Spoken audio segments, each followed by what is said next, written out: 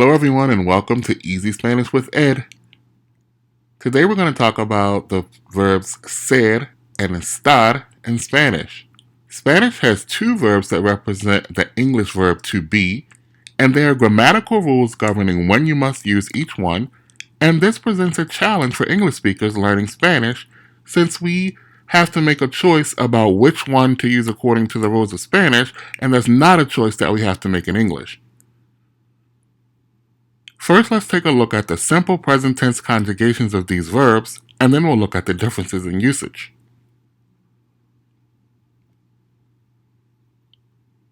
Take a look at this table.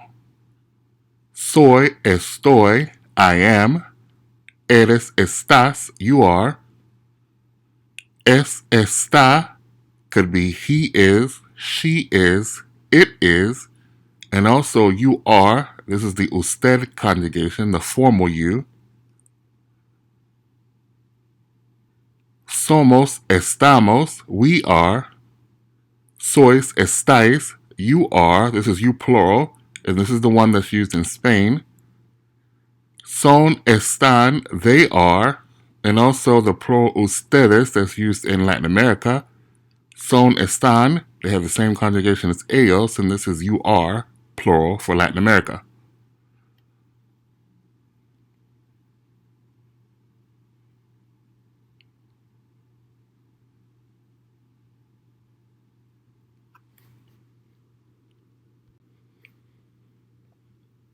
We use the mnemonic doctor to remember the uses of ser.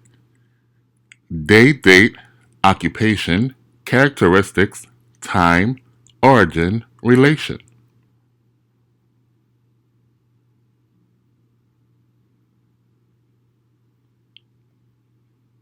And we use the mnemonic place to remember the uses of estar.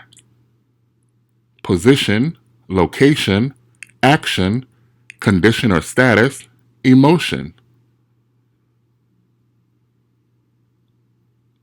Let's look at some examples. Hoy es lunes. Today is Monday. We use ser to say the day of the week.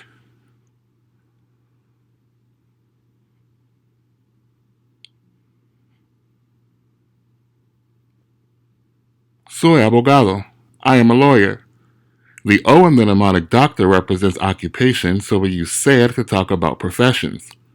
Also note that we do not use the article un or una when talking about professions in Spanish. So you wouldn't say, soy un abogado or soy una abogada.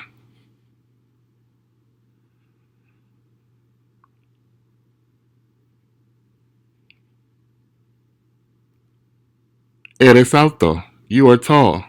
The C in the mnemonic doctor is for characteristics. So we use ser to talk about the characteristics or traits of someone or something.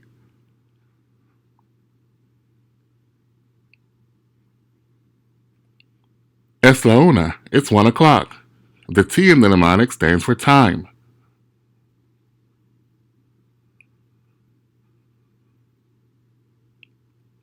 Somos de España. We are from Spain. The second O in the mnemonic stands for origin, so we use ser to talk about where someone or something is from.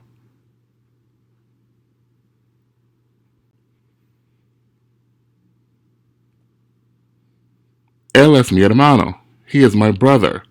The last letter in the mnemonic, the R, is for relation.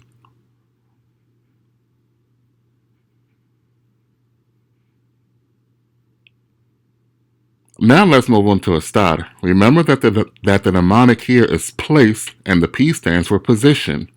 Están sentados. They are seated. This is talking about the position of their bodies.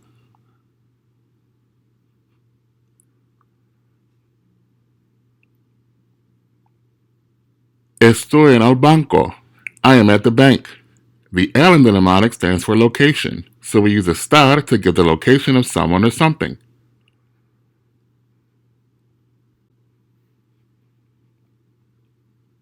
Ana está comiendo. Ana is eating. The A in the mnemonic stands for action, so we use estar to talk about what someone is doing at a particular moment or what is happening at that particular moment.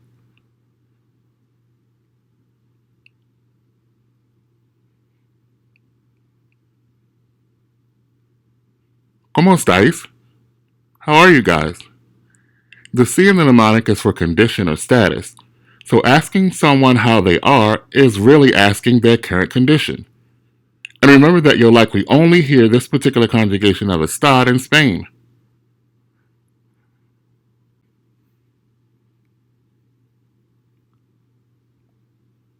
Estamos muy emocionados.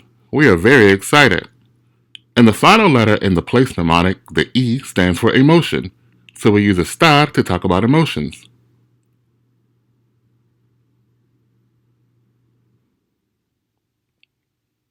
So now that we've gone through every letter of both mnemonics, let's have a short quiz to test your understanding.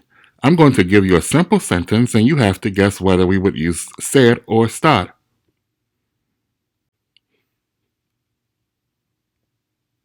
El dinero sobre la mesa. The money is on the table.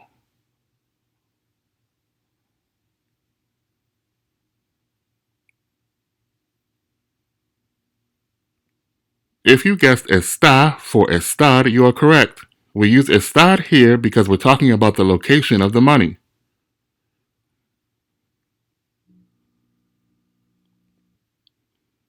Ellos de Perú. They are from Peru.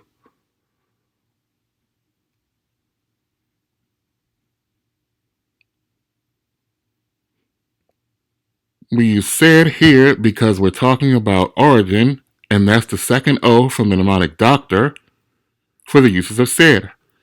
Ellos son de Perú.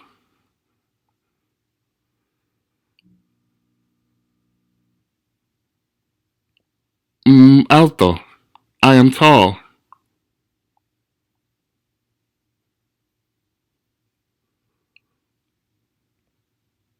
Soy alto. We use ser here because we're talking about a characteristic.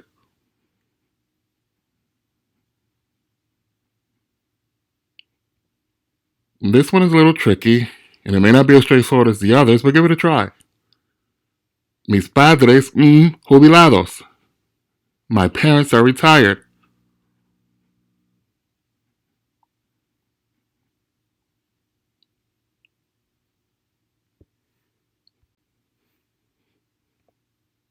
Mis padres están jubilados.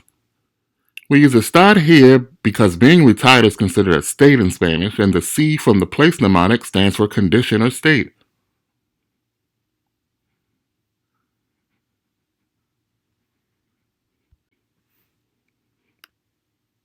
So how did you do on the quiz? Let me know in the comments. You can also let me know if there are any other topics from Spanish grammar that you'd like me to cover.